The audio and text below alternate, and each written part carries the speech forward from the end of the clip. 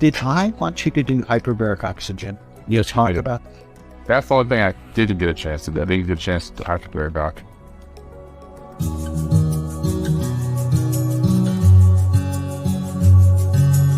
So here's your scales before.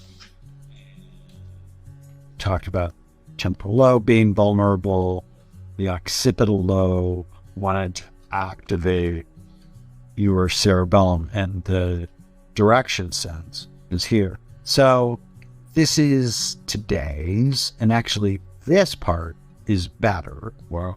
And this part is better. So if we go back, you can see the hole here. Yeah. See the dimple here. Yeah. So we're making progress, but your temporal lobes aren't better. I want to find a way to get those to be better. And that's where something like hyperbaric oxygen can make a big difference. Wow. So this is what it can be like next year if we keep doing the right things. So it's better in a number of really important areas. Yeah. Vision, direction sense. So when this area is sleepy, it's the first sign of Alzheimer's disease. So we want to be on an Alzheimer's prevention program the rest of your life. Gotcha. Really important. So we're making progress there. I like that. Yep. So we see there's no white here. And this is today. Now there is. This part is good. This less red and more white. So this is sort of your emotional brain. Less going on here than before. You still have this diamond. Yeah. And you had a ton of past trauma. We've talked about that. Yeah. Did we talk about EMDR and this psychological treatment for trauma? I don't believe we did it. I don't remember talking about EMDR. EMDR is a therapy for trauma. And since you came, I've been recommending that for 30 years or more, but I went and got trained in it. It's so interesting. And it's fun from a therapist standpoint. Yeah. That it just helps so much.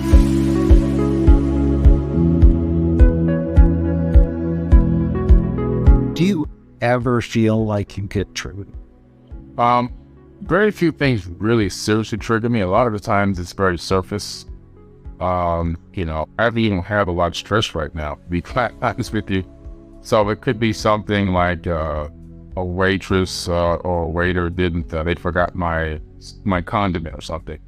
But it doesn't really get me into a rage. It's like, they forgot the condiment. I mean, my stress levels on my problems in this world today right now are almost non-existent for me. So fortunately, I don't. But now what does happen, I am, as you know, I'm an online researcher and I'm a content creator. And a lot of the topics I talk about every single day are very disheartening.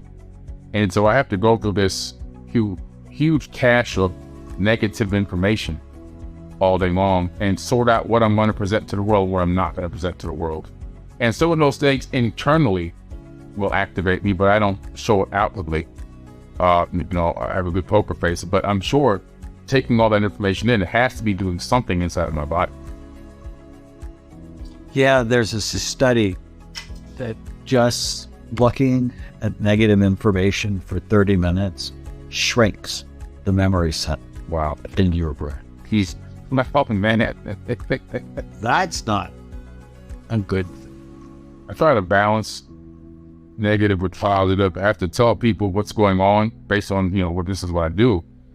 And it's kind of alternative news, but at the same time, then I try to balance it with something positive. So I don't try to stay negative, but I have to go through all the information and filter what I'm going to present. So I am taking a lot in personally, but that's not what I'm putting out. So yeah. Give me an example. So, for example, there may be a police brutality situation that occurs, and I've got to read all the information. I got to research the reports. I got to check out the police report. I got to verify the information for myself. Then I got to make a decision: is this something worth me presenting today or not? or have enough other people talked about this online that I don't need to worry about it. And if not, then I'll present it. And then the next post, I'll try to come with something about cute animals, or, something that offers people inspiration, motivation. So I try to balance negative with positive. I don't want to just be negative, negative, negative. But I had to take all that information in myself, that day, and I had to analyze it, research it, and look it up and dig into it and make sure all the facts were right before I posted it. So in that way, I am downloading all of that information. Do you find yourself reacting to it? From time to time, I'll, I may, under my breath, I may say something, like, oh, or, these people are crazy, or, something like that I have. Where sometimes I say I want to go to Mars. It's more peaceful on Mars. But then I reel myself in, I really have to look at it. I was talking the other day to someone else. It's like, when we see the negative, it stands out so big. There's so much positive going on, but it seems like the mind's always pulling the negative. Seems much bigger than the positive. Even if you have one negative or two negative comments underneath a post on social media, they really stand out versus the ones that are more positive, just because I think the mind somehow is drawn to it. So I work with myself to try to figure out ways to, to combat that. Well, you're wired for negativity, not as it you. Right. Us, the right species, because it protected us. And but it also drives anger.